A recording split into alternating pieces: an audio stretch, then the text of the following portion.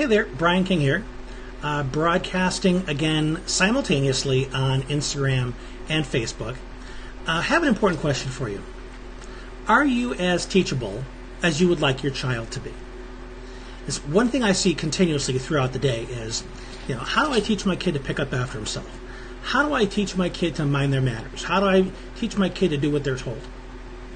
And then I also see when people reach out to these parents for help, the parents push back. They say, oh, no, I got to handle this myself. Or, I got this. Don't worry about it. I'm okay. Or they come right out and say, I'm not really comfortable asking for help.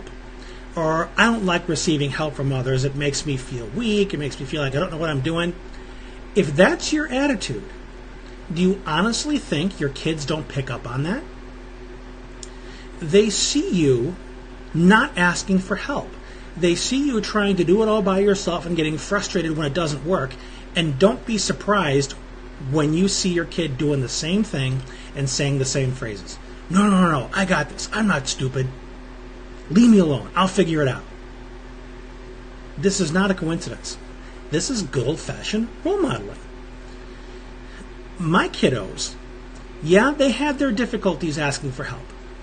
They have Asperger's and ADHD, as do I. And they had difficulty asking for help for a variety of reasons. One of the main reasons is because they didn't know how to ask for help. They didn't have the self-awareness to know what really wasn't working. So they didn't know how to ask for specifically for the kind of help they needed. And those are skills that can be learned.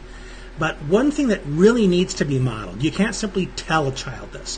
What needs to be modeled is that asking for help is a good thing. Asking for help brings solutions. It brings the answers that you need. And the best way, two best ways to do this, is to actively do it in front of them. When you take them to the hardware store, when you take them to the grocery store, you can say to them, you know what? I used to know where this item was, but I just can't find it. Let me find somebody to ask for help. And you can even ask them to help look out for you. Look for the guy wearing the red vest or looking for the guy with the name tag. And then when you find them, you say, oh, I'm so glad I found you. This is what I'm looking for. Do you know where it is? Sometimes the person will take you to the item, and then you can thank them profusely for helping you out. Then you turn to your child and say, man, I'm so glad that I asked this person for help. It saved us so much time, and now we have more time to do such and such. So you really sell the idea of asking for help. A more direct way of doing it, ask the child for help. What is your child good at? What do they like to do? I ask my kids to help me all the time. And when they do, I say, I'm so grateful to you. It was so kind of you to help me. It was so generous. I really appreciate you. Not just, thanks. That's pretty rote, pretty empty. But when you thank him or her because it's a reflection of their character, something they have of value that they gave you. I really appreciate you taking the time to help me and being so generous.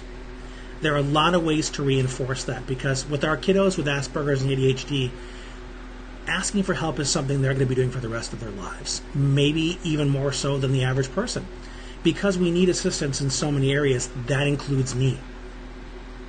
So the more comfortable they get asking for help, the less of a big deal that it is, the more likely they are to do it, get the answers they need, surround themselves with people that are helpful, and they'll feel like taking more risks, stretching themselves out, considering bigger things they didn't before because they realize how many resources are around them, how many people are available to back them up.